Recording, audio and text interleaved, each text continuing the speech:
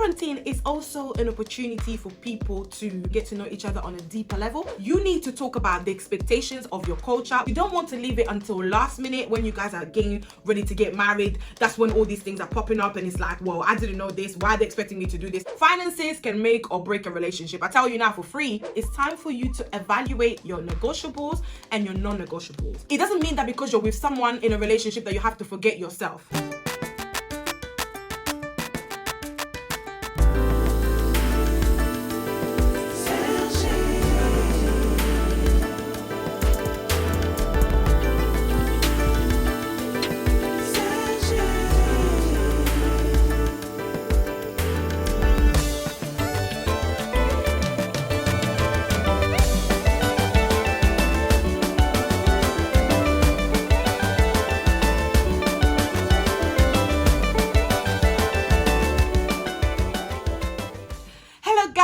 Welcome back to my channel. I hope you guys are doing okay. I hope everybody's having a good time, a good day, a good evening, a good weekend, depending on whenever you're watching me.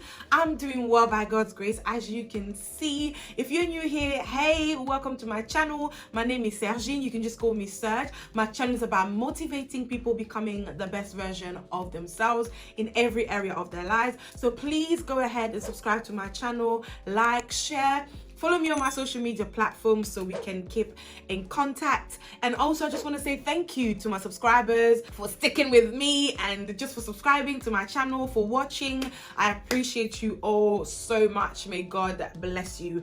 Please follow me on my social media platform. Don't forget. And also don't forget to turn on your notification so you know every time I'm uploading a video. Okay, let's get into the juicy part. Quarantine has got sis thinking, evaluating, working, reflecting, and I was just like, you know what? A lot of people are not really utilizing this quarantine time the way they're supposed to. And I have had I've had a lot of deep conversations with my partner, and I was actually thinking, you know what? Quarantine is also an opportunity for people to deepen the relationship and get to know each other on a deeper level, because that's what's happened to me, okay? Because when you're speaking to somebody all the time, it's like quarantine, you're practically not doing, anything. So, if you've got bae, you're probably on the phone all the time or most of the time. I was even speaking to one of my friends. She's like, basically they have to sync in a TV show together so they can watch it together even though they're not in the same house. So right now it's actually time where you can talk about deep issues. It's an opportunity to have a few topics so you guys can deepen your relationship. So I was just thinking, wow, since I've had those kind of conversations that have made me go deeper in my relationship with my partner, why don't I come on here and share with you guys a few ideas of some topics that you guys can talk about. If you don't have anything, if you're just Netflix and chilling at home and speaking to me on the phone, maybe it's time for me to just wake you up a bit and be like, you know what, sis?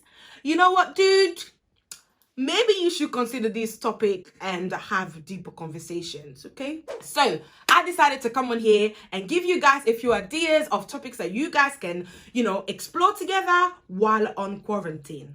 So stay tuned. I promise you they're not going to be boring. They're going to be juicy topics. So let's go. Okay, so like I said, I've noticed that during this quarantine time, I've had a lot of meaningful conversation with my partner, and this really inspired me and it made me appreciate arguments. Arguments are not always bad.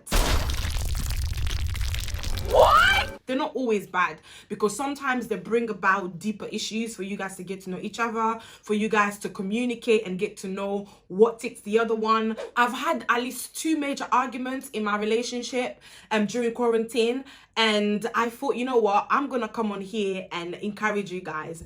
If any of the topic that I'm going to suggest causes an argument, don't worry. It's good. Arguments are good for a relationship because they definitely allow you to actually see what issues bothers the other person, or it gets you to bring about deep issues so you guys can talk about it. You guys can talk about why you are upset. You know, maybe it's the way they spoke to you, not actually the message, because sometimes we get upset because of how we've been spoken to as opposed to what's been said. So arguments are not as bad. So if any of this topic causes you guys to argue, then it means we're doing a good work. Don't forget, guys, please, you need to appreciate arguments in a relationship. They're not as bad as we think they are. And that's what I've actually learned for myself, for my relationship right now. I've learned to appreciate arguments. The first thing that I'm going to encourage you to talk about this quarantine time is culture.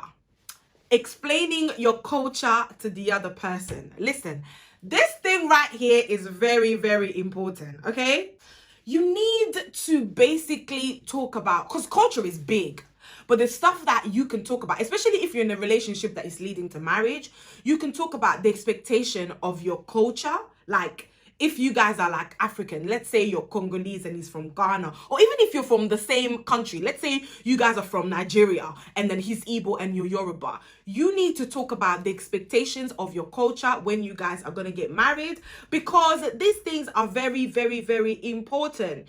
The thing is, you don't want to leave it until last minute when you guys are getting ready to get married. That's when all these things are popping up and it's like, well, I didn't know this. Why are they expecting me to do this? Like, for my culture, for example, you have to pay for a bride price. That's it. It doesn't matter where you're from. It doesn't matter whether you're white, you're black, whether you're Nigerian, whether you're Ghanaian. In my culture, if you're coming to marry me, you must pay for my bride price. So stuff like that are stuff that I need to educate my partner from now, so that when it's time for us to get married, it's not a shock to him. It's not something that he's just finding out. And also discuss what you like.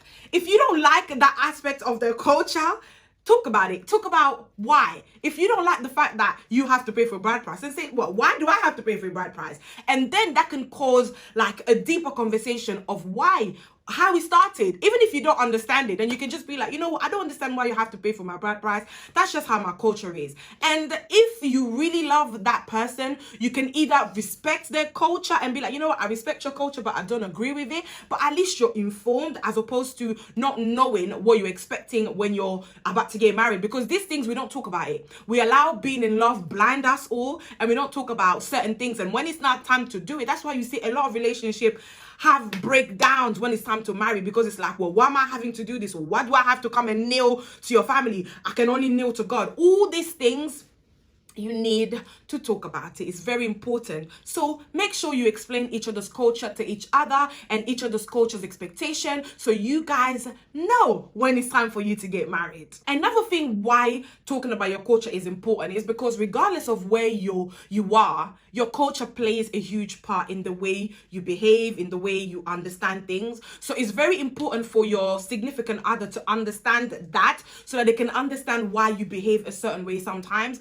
either to accept you or not to accept you. Trust me, if that conversation causes you to break up, then it's cool, because you deserve somebody who loves you for who you are, and your culture is part of what makes you you. So definitely make sure you talk about that. The next thing that I'm going to suggest for you guys to talk about is childhood experiences. Listen, this is very, very, very important, because your childhood experiences shape you. They shape the way you are with people. For instance, for me, for example, my dad walked out of my life when I was very young. And regardless of whether I want to admit it or not, it left a huge scar in my life. And I remember when I was very young, I was very sad about the situation.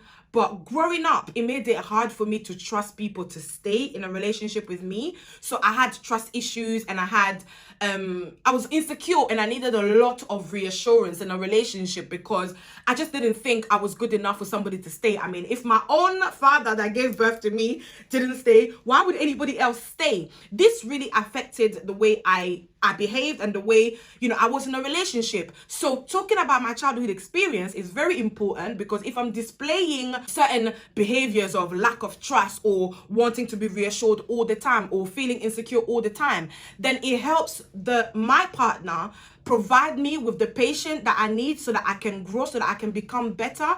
But if they don't know, then I might just look like I'm just this psycho chick that, is just insecure for no reason. That is just, she doesn't like you going out, or, she wants you to reassure her that you love her all the time. All these things. So if somebody doesn't know why you you want to be reassured all the time. They might just think, oh, this is just draining. Yet again, it helps the person decide whether they want to stay with you or whether you're too much for them to deal with. So it's very important for you to open up in your relationship right now and talk about your childhood experiences. They don't have to be negative. Some of them could be positive. Some of them could be, you know what, the way you see things in a very positive way is because you had a very positive childhood or very positive upbringing. But talk about them because it will help the other person understand you better. Another thing that links with this is traumatic experiences. It could be when you were young or, you know, even now. These are very important things that you need to talk about with your partner. If you haven't done so this quarantine time, just call him and say, you know what, babe, when I was young, I experienced this, I experienced that. Because yet again, they shape the way you behave. For example, I was basically, when I was younger, there was an older uncle that I trusted that touched me inappropriately, and that really affected me. Listen, that's a story for another day. It wasn't just one person. I actually experienced a lot of, you know, people trying to sexually abuse me when I was young, and that caused me to not trust being with a man in the same room. It takes a lot for me to trust being in the same, you know, environment with a guy. So it could be my friend, it could be, you know, a cousin, it could be anybody. As a person, if I don't know you and you're a guy and I'm in a house and it's just me and you, I will be very unsettled. I will panic. It takes me time. I need to get to a place where I trust you so that if I'm in the house with you, it doesn't matter who you are, so I can be comfortable. And this was because of the traumatic experiences that I experienced as a child. So yet again, if I'm in a relationship, of course I'm going to get married to this guy. So I'm going to be staying in the same environment with them. And at first, they need to know that it might be a bit tricky for me to just be in an environment with you and be comfortable because it takes time for me. So very, very important, again, because that has shaped the way I behave. So if you've experienced any traumatic experience,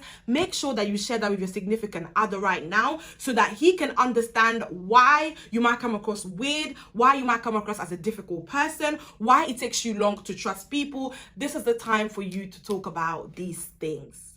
The next thing that you can talk about during this quarantine time is finances. Okay, this is a very, very tricky one. When you're in a relationship with somebody, it's like you're making your money, they're making their money. You go out, you know, the guy takes care of the woman, or you share your bills. I don't know how it goes, but we don't really talk about finances all the time because they're quite deep. So please talk about finances. Talk about whether or not you're good with money. If you're not good with money, just say like, you know what, babe, I don't really think I'm good with managing money. So maybe in our relationship, you have to be the one that's going to be in charge of making sure that we're straight, making sure that, you know, you're accountable for me so that I don't always spend my money. And just, okay, how are we going to save our money? And then what's the situation with our finances? Is it a situation whereby you want to have a joint account when we get married? Or is it a situation whereby you want everyone to keep their own coin when we're married? Talk about these things. They're very, very, very important. Don't slip on it because finances can make or break a relationship. I tell you now for free. And especially if you're about to get married, when it comes to that point, things become real. You have to talk real because things are real. So talk about it now. Don't wait until he proposes to you for you to start thinking about money. No, talk about these things now. When we're about to get married or when you propose to me, what's the plan? What are we going to do? Make sure you talk about the finances. Now as well, you can include the culture aspect. What is your culture expectation of finance when you're getting married? Are they expecting the husband to pay for all the bills, for all the all the 500 parties that we're going to have when we're doing the introduction, the traditional and the white wedding? Like, what's your expectation? Are you guys going to go 50-50? Like, talk about every aspect of finances in your relationship. Very, very important. The next thing that I'm going to encourage you to talk about this quarantine is your love language. This is so important because you know what we do as human beings? We just love people the way we know how to love. Okay, so you fall in love with somebody and you love them because you know how to love. So for you, if love means gift, then you buy that person gift because that's how you receive love. So it's very, very important to know how to love somebody. I always say, you need to love somebody the way they want to be loved, not the way you know how to love. Because honestly, relationships is about giving and receiving. I'm giving and I need to receive and I need to feed myself emotionally. So it's very important. If you don't know your love language, type it on Google and do a test and find out, because that will help you explain to your significant other about what you need to be filled emotionally, because it's your responsibility to let your significant other know what your love language is. So please make the necessary steps to go and do this test and let him know, so that he knows. And you also, if you're a guy, make sure you do a test and let your woman know, what is your love language? What do you, what makes you feel loved in a relationship? Is it quality time? Is it gift? Is it words of encouragement? Like, what is it? Talk about this, okay? Don't come out of quarantine not benefiting from the time that you had to get to know each other on a deeper level, okay? Make sure you do that test and find out what your love language is. Another thing that I'm going to suggest you talk about. Ooh, this is a good one. This is a juicy one, okay? And this will definitely stir the pots and bring up emotions. And every time I've had this conversation with my girls or with my friends, it's just been a bit like, what's going on? Talk about gender roles, okay? So what I mean by that is, what are your expectations as a woman or as a guy? Are you into the African culture? Listen, where I'm from, the woman takes care of the house, she cooks, she cleans, and the man takes care of the bills, like all the bills in the house, okay? And if you want to know my opinion is, I'm actually open-minded about it. I'm like, you know what? If I'm with somebody who wants to do 50-50, I'm cool. But do not expect that 50-50 to be me slaving in the kitchen, cooking, cleaning, looking after the children, doing everything, and put 50% of my income for the bills. If we're going to do 50-50, let's do 50-50. So you're going to clean, you're going to cook, you're going to help with all of that. But if your expectations of me is to cook, clean, look after the house, make sure that the kids have eaten, the kids are okay, then you're paying for all the bills, okay? You're paying for the bills. So I'm open-minded. Whatever you want to do, cool. I'm going to do it as long as it's 50-50, as long as we're all agreeing on what we want to do. But don't expect the guy to pay for all the bills when you want him to come in the kitchen and be cooking and be helping you with every other thing. So I think it's very, very important to talk about gender roles, okay? Also, who is going to be cooking in our relationship? Who is better at cooking? If the woman is cooking, then cool. If the husband is cooking, then cool. Also, make sure, ask the question. If you're the wife and you're going to be cooking, make sure you ask him the question, dude, are you expecting fresh cooked meals every day? Or can you eat frozen food? Because I know some guys who are like, you know what, I have to eat fresh food every day. That is not my portion. And you know what, I'll let you know from the very beginning that there's no time for that, okay? I'm not going to be cooking fresh meals every day. But anyway, that's just my opinion. And my responsibility is to make sure that I say these things to my partner so that he's aware that the person that he's going to marry or the person that he's thinking to marry is not going to be cooking fresh meals every day. So please talk about gender roles. What do you think a man represents in the house? What do you think a woman represents in the house? What are your expectations of your husband or your wife in the relationship? What they're bringing to the table? This is very, very important, yeah? Do not, I repeat, do not miss this conversation before you get married, because this is definitely going to be one of those conversations that's going to cause issues if you guys don't talk about it. And don't just talk about it, come to an agreement. Okay, this is what you're expecting, this is what I'm expecting. How can we meet in the middle? Talk about these things, they're very important. The next thing that I'm going to suggest that you talk about right now is religion. Guys, this makes or breaks relationships. I'm actually not kidding. You need to talk about your religion. Are you a Christian? Are you a Muslim? Are you Catholic, Protestant? What are your expectations? How do you want to raise your children? Do you want to raise your children in a godly manner? Do you want to all go to one church? If so, are you going to your husband's to-be's church or your boyfriend's church when you guys get married? Or is it going to be the wife's church?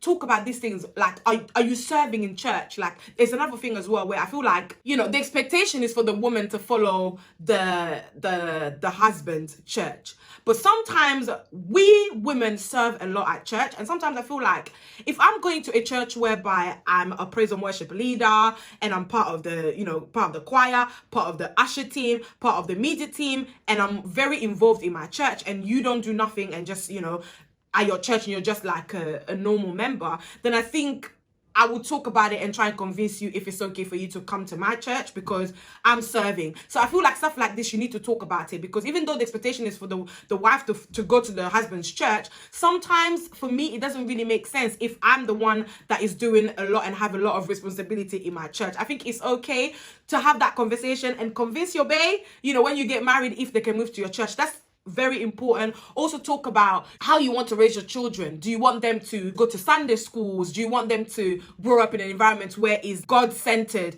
Talk about these things. Are you just someone who believes in God but doesn't want to go to church? Because some guys will tell you, like, you know, I'd rather stay at home and watch football on the Sunday. I'm not going to be able to go to church all, you know, every Sunday. Talk about that. When you talk about it, like I said, it might cause you guys to argue, or it might just cause you to be like, is this really you? I'm not sure that's what I want to commit myself into. Or you know what? Wow, this is the kind of guy I like. You know, he's into God and he wants to do all these things. Talk about religion. It's very important because it does make and break relationships. The next thing that I'm going to suggest you talk about is your personal goals and aspirations. What I mean by that is talk about you and talk about him as two separate individuals.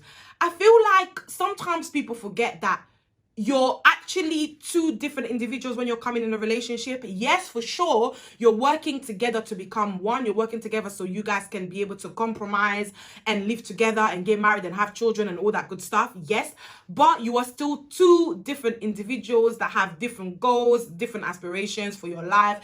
You've got different talents, different callings, and you have to be an individual too. You have to work hard at achieving your goals as an individual. It's very, very important, because it doesn't mean that because you're with someone in a relationship that you have to forget yourself. That's not what it is. Before you can be anybody's wife or anybody's mother even, you have to be you first. And if you're not okay with the person that you are, then you can't really be happy, because the other person will be unhappy. If you're not feeling like you're walking in your calling or in your destiny, you will feel uneasy. So it's very important for you to be able to talk about that. What do you want for yourself? Like, what is your calling? What do you think you're called to do? For example, I know that regardless of what I do on this earth, regardless of where I am, music is going to be my priority. It's going to be number one. Now, as a person, I travel a lot. As a singer, there's a lot of traveling. There's a lot of always going out. There's a lot of always being on the road. And being on the road means I'm going to be out with guys too. So personally for me, I need a guy who is secure. I need a guy who understands that lifestyle. I need a guy who understands that that's what I come with. Okay, my goal and my aspiration in life is to write songs, is to become a gospel artist. All these things, these are the stuff that I want. And if anybody is in a relationship with me, they have to understand that, they have to accept it, and they have to respect it. Understand, accept, and respect, because that's my goal as an individual. I'll tell you, like, I've been in a relationship before with someone who was very insecure. When I tell you very insecure, they used to be like, look, I've been around musicians before. I know what happens in studios. People sleep around in studios. You know, I don't want you to go in the studio. And the thing is, I even found myself lying sometimes when I had gigs or when I had a recording session. I had to lie because this person just wouldn't let me go and do it. And at some point, I was rejecting gigs. I was like, you know what? I don't even want to have an issue with this guy, so I'm just going to say no to this gig. And that's my life. I cannot compromise my calling for anybody. So guess what? That relationship was a bye-bye, because I just realized I could not be myself. He couldn't accept me. He couldn't accept what I was called for. He couldn't accept, you know, things that I was doing to work hard so I can become a good singer, you know, going to rehearsals. He was insecure. So you need to talk about your goals, your aspirations. What do you want to be as an individual? Okay? I know you want to be his wife. I know you want to be her husband.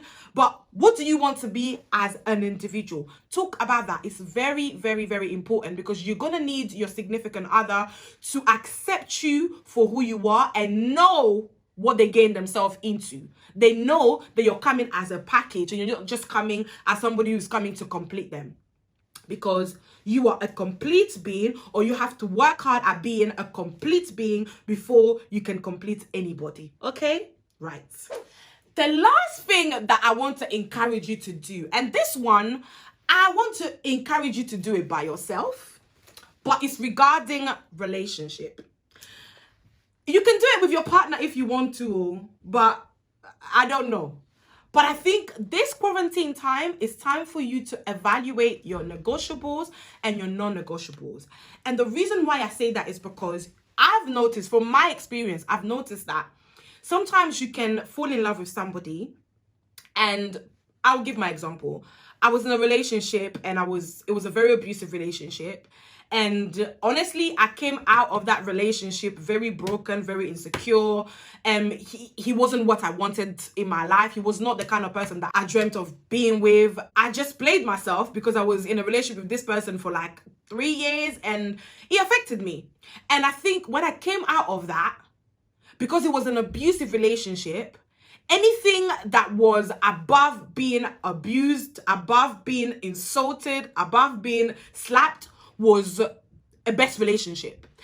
That means that I have lowered my standard. First of all, for me to be with that person, it means that I saw something in him that was not real, okay?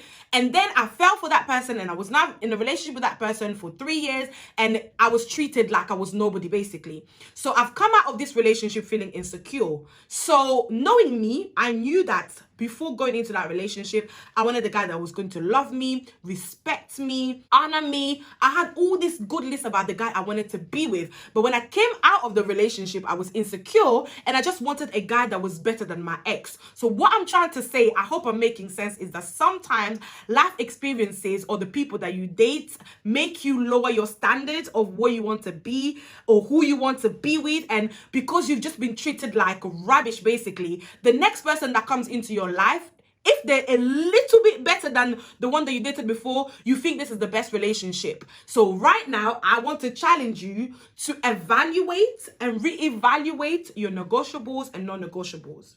Okay, so for example, I know for myself, before I started dating, I wanted a godly man.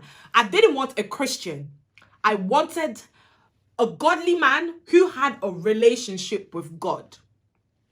But you know what?